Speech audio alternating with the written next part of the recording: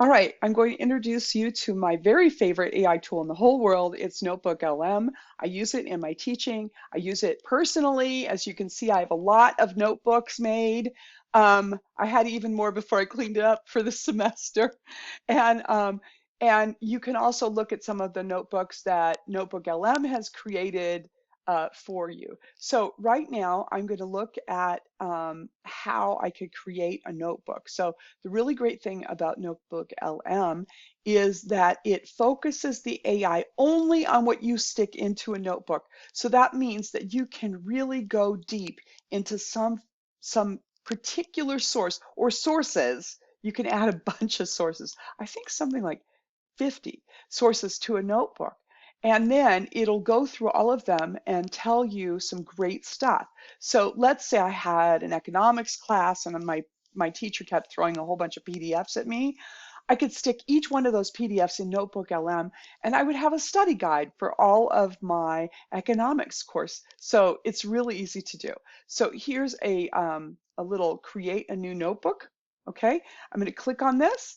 And right here, I can upload files, I can add websites, I can add things from Drive, and I can also copy and paste text because not everything goes into Notebook LM perfectly. Some of it is copyright protected, stuff like that. So sometimes you have to copy and paste stuff right into it. But and you can also search the web for news sources. So we can do a discovery and find all kinds of great things to put into Notebook LM. Okay, so I'm going to show you some notebooks that I've made just because I want to show you some of the great things it does. So this is one of my, this is an old class I used to teach, and I'm just going to show you, I've got a whole bunch of sources in here. I have Oedipus Rex, 1001 Nights, Apollo and Daphne. So this was for a literature course. And I have, and I'm going to go in here and delete my chat history just so I can clean this up for you. I could ask any question about anything that's in the notebook and it won't go outside the notebook. It'll stay right in here and ask me, and tell me information about what exactly is in my notebook. So if like I put a syllabus for a class in there, it would only look at the syllabus for that class. It wouldn't go outside of it. So, and then if I asked it questions about that syllabus, it would give me the exact source where it found that information, which is really, really cool. So for example, let's say I go into and I say, what is the fourth voyage of Sinbad? So that's Sinbad the Sailor. And it's going to tell me about the fourth voyage of Sinbad.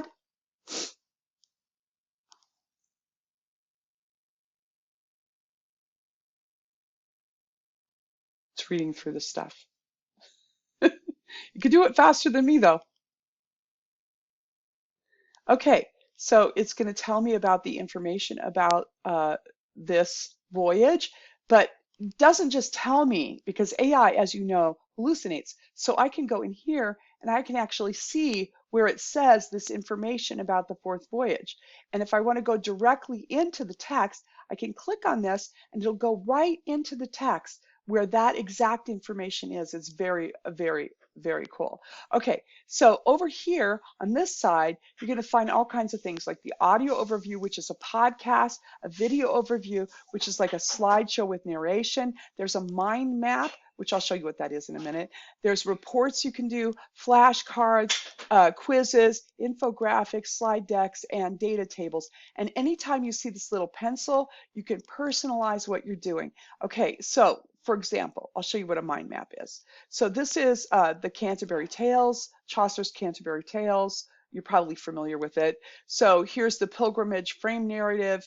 Let me get more information about what that means. And then maybe the host, some information about the host. And if I want to find out where he proposes this tale telling contest, I can click on here and it'll pull it up out of the document and tell me exactly where it is and what it says. So I can find this information. It's a really great way also to really narrow down a topic if I'm looking for a research topic. So very exciting.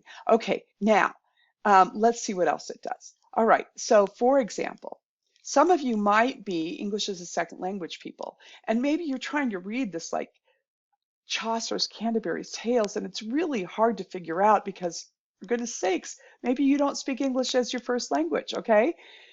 So I can actually go in here and I can ask it to give me information in my native language. Let's say that I spoke Vietnamese as my language, okay? So where is that again? Where did it go?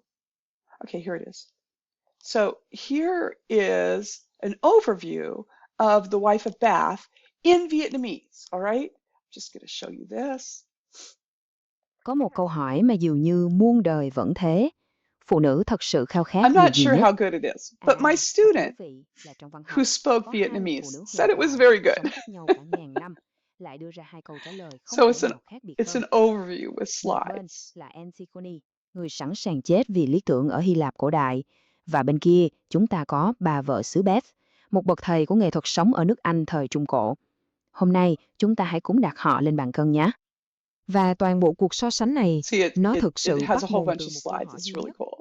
Một câu hỏi vô cùng quyền lực được đặt ra trong một tác phẩm kinh điển, đó là Những câu chuyện Canterbury của Geoffrey. Okay, so it will also do stuff like this. So let's say you have all of this stuff in one language and you want to find out information about it in another language, you can do that. It's really like amazing. Okay, you can also do podcasts. So like this is a podcast about Achilles' rage to Priam's tears, 5 crucial moments from Welcome to the deep dive. If you're looking for a way into, well, maybe the foundational story of Western literature, so this is just a We're diving podcast. straight into Homer's Iliad. Forget the ship list for now. We're going deeper, looking at the emotional core beneath it all. We're using Okay, and you can also do things like this. I can get a whole bunch of information. This is Power Players and Defiance. Okay, if I want to figure out what that is, see, I want to go up here. This is a video overview, mind map. I want to look at an infographic. So let's look at, oh, here's Joseph. And, from the Bible, this is an infographic that explains what happened to Joseph. It's like a timeline of all the things that happened to him. Look at the detail that's in here, and it's all readable. It's fantastic. It's amazing. So if you're trying to figure out something that you're studying and you don't understand it, a lot of times it'll make you a great infographic for doing this. I can also do slideshows that will help me understand information about what's in my book, in my notebook. So let me see. Let me look at the slide decks. Looks like this. Okay. So here's and when you do these slide decks, and actually when you do any of this stuff, so let's look at infographics, for example. I can choose concise or detailed. I can put it in any language and look at all these languages. Okay, I can put it in landscape or portrait. I can make it square. And I can also tell it exactly what I want to be in that infographic. So a lot of the other ones are just like that too. So like the audio overview, I could do the same thing, a deep dive, a brief, a critique. Imagine putting your paper in here and then asking it to critique your paper. Oh my gosh, that would be so helpful, right? And you could do it in any language. You could tell it what to focus on, right? Okay, so you could do flashcards, and you could do fewer or more, easy or harder, but this doesn't do it in different languages, unfortunately. I'm sure that'll be coming. You can do some practice quizzes, and it's kind of like the flashcards. You could do the slide deck. So what's really cool here is there's a detailed deck, which is for like looking at, studying, putting into classes, stuff like that. And then there's a presenter deck, so that if you wanted to present this information, it's a more simple deck. It's set up for showing it to a large group of people. So it's got fewer things on the slide, stuff like that. You could do it short or default, and you could do it, of course, in any of these languages, which is fantastic. And of course, you can focus it. And data tables, this is brand new, so I haven't played with it a lot, and I don't have an example set up here, but I could do a data table, and I could say, for example, tell me about the heroes in each one of these pieces and tell me what their main attributes are. And it would put it all into a data table for me, and I could export it into Google, uh, what is that? I can't remember what it's called right now. I never use. Oh, it's their Excel version, Yeah. Okay. So I'm terrible with any kind of data. That's why I'm a literature major. Anyway, it does all these amazing things, and you can take information that it would be really hard for you maybe to understand, and you can get information from it and understand it in a whole bunch of different ways using NotebookLM. So I hope that was helpful. Take care.